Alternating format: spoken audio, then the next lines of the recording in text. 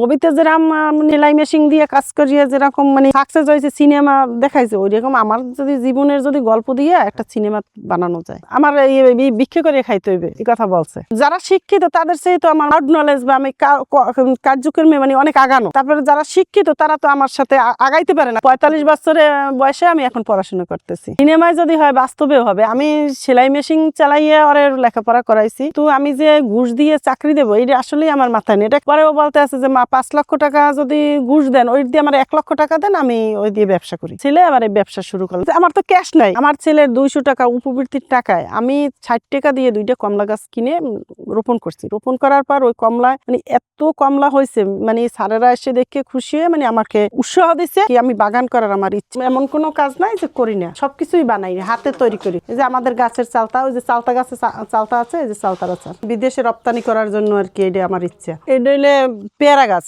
Golden 8 12 মাস ফলে, মিষ্টি। এই পেয়ারা দিয়ে আমরা জেলি তৈরি করি, গাছের পেয়ারা দিয়ে আমরা নিজেরাই জেলি তৈরি করি। এই গাছ সাতক্ষীরা থেকে আনছি।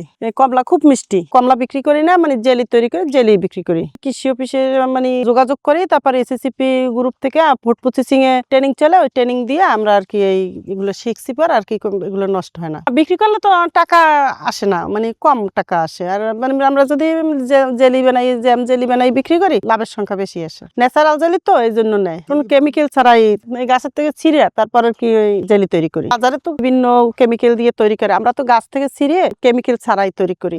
ট্রেনিং এ গেছি, ট্রেনিং এ যাওয়ার পর ওই মানে আমাদের স্যার বানাইছে, বানাবার পর মানে আমরা খেয়ে পছন্দ হয়েছে, তারপর আমরা চেষ্টা করছি, হয়ে গেছে। হ্যাঁ, গ্রামের থেকে নেয়, অনলাইনে নেয়, তারপর বিশেষ কর্মকর্তারা বেশি খায় এগুলো। যারা জানে, যারা শিক্ষিত মনে করেন, যারা বোঝে যে কেমিক্যাল ছাড়া বাচ্চাদের খাওয়াইলে সুবিধা হবে, মানে তারাই নেয়। আমরা তো মনে করেন একদম অজপাড়া গ্রামে ছিলাম। আমার ছেলের যখন 3 বছর বয়স, তখন আমার হাজবেন্ড নেই, আমি মানে টেইলারি কাজ করি। টেইলারি কাজ করিয়া পরে আর কি সংসার চালাইতাম। এত কিছু বুঝতামও না, বাইরে নামতাম না। একদম প্রথম আমি ব্যাগ বানাইতাম, মানে যে ব্যাগ আছে না, ওইটা মানুষের তা বানাইতাম 1 টাকা ডজনে। পরে আবার আমি ওই ব্যাগ বানাইতে বানাইতে মানে টেইলারি কাজ শিখলাম। যখন আমরা বাড়িতে বসে টিভি দেখতাম, তখন দেখতাম যে মানুষ কষ্ট করিয়া অনেক কিছু না খাইয়াও কষ্ট করে। বাংলা সিনেমা হয়তো সাবান, আমরা দেখতাম যে মেশিন দিয়ে চালাইয়া পরে আর কি অনেক উপরে উঠে গেছে। তার মানে ওটা চিন্তাধারা ছিল যে আমার ছেলেটা যদি আমি মানুষ করতে পারি তাহলে আমি আগাইতে পারবো। এরপর আমার মনে হইলো যে না, আমিও দেখি 60 টাকার 2টা কমলা গাছে যে আমার নতুন জীবন যে তৈরি করে দিবে, মানে এটা আমি কখনো বুঝতে পারিনি। কৃষি প্রজেক্টে কাজ করা শুরু করে আমি মানে আগাই গেলাম। এলাকার মানুষ বলতে যে দৌড়দৌড়ি করিয়া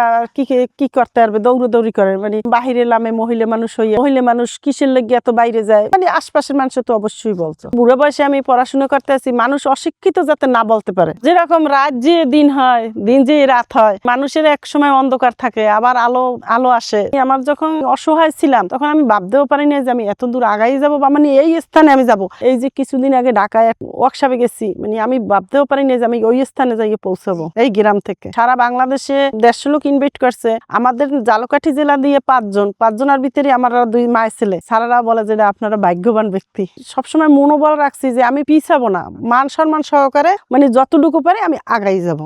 এটা হলো কমলা দিয়ে, কমলার জেলি, গাছের কমলা দিয়ে এই জেলি তৈরি করি, পেয়ারা দিয়ে জেলি তৈরি করে রাখছি।